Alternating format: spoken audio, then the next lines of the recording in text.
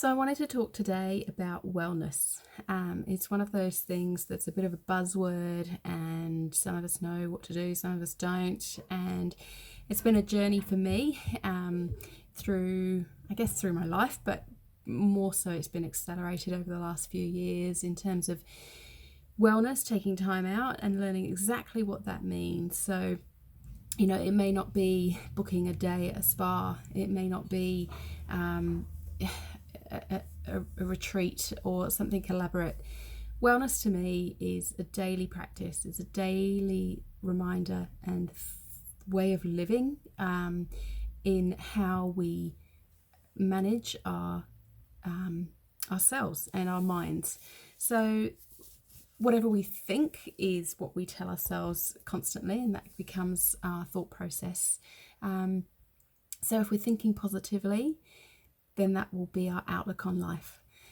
So just some of the basics that I do. I don't have my phone in my room, haven't done for years. Try and remove your phone from your room. I think with everything going on at the moment, I have a couple of times woken up at night, and then what's the first thing you do? You go to your phone, you check the news, and then you can't sleep. And then you wake up grumpy the next morning, and then that has a cycle of effect the next day. Certainly it does for me. So try and remove that. I also turn off electrical items in the house at night and wherever I can in the day. The positive ions that go out into your home can affect moods, and you want to maybe control some of those things where we can. A good friend of mine always says control the controllable, and it's very true. Other things I do, if you can get out into nature, or even if you can just watch the clouds, look at the blue sky or whatever sky you've got, rainy clouds, whatever they may be, look at nature, touch nature, and become a tree hugger. And but no, in seriousness, I think there is a lot to be said about nature and how we connect with that, and I think at this time it's teaching us how to connect. One of the biggest things that I do, and I've done probably for a few years now, but I've made it a strict habit, is my gratitude journal. And I was gifted a beautiful journal at Christmas time, which I've been using, and it's encouraged me to do it even more.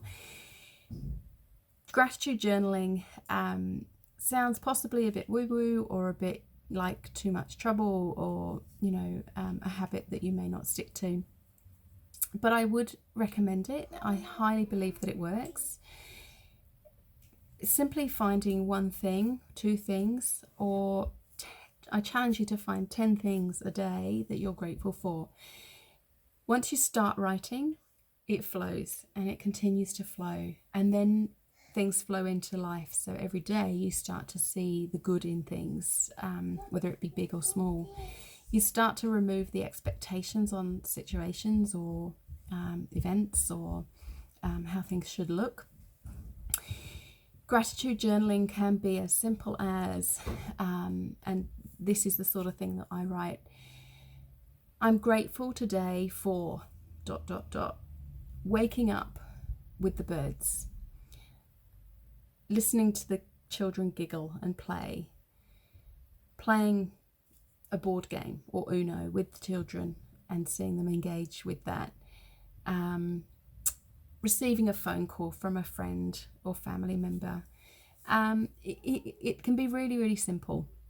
So I urge you to try and write maybe 5 to 10 things a day and see how that helps you. Now I write mine at the end of the day, purely because I find it a nice positive way to finish the day, close the day, and I can close my eyes and drift off and know that I've had a great day, and it helps me remind myself of that.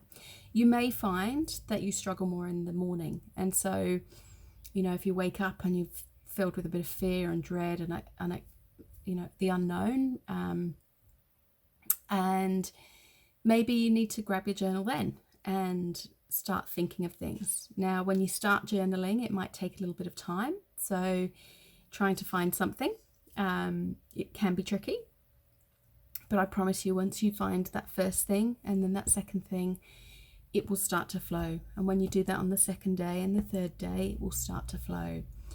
It's a practice, but it really, really does ensure that we look at life in a different way and we see the good in the small things, which I think maybe as a planet we've probably lost sight of quite a lot. I also just thought I should mention during this video that I do wellness coaching. So not only do I do the doTERRA essential oils, I also have a career recruitment coaching business, but I also do wellness coaching. So if you feel that you want to reach out for a coaching session or just an initial chat to see, how you're going, reach out. Please do. I think there's a lot happening in the world and we all need to help each other where we can. So I'm here for support. If you resonate with me as a person, and I think that's important, then please reach out and we can chat about how we can get a program together for you, or just have a couple of sessions of coaching around wellness and well-being. I've also got heaps of books from personal development that I've done over the years, lots of resources, people to follow on Instagram that are going to give you a positive impact. So feel free to please get in touch if you want some of those resources. I'm off to play with my kids. You can probably hear them in the background and they've been very patient. So thank you for listening and enjoy yourselves, look after yourselves, keep well and keep healthy.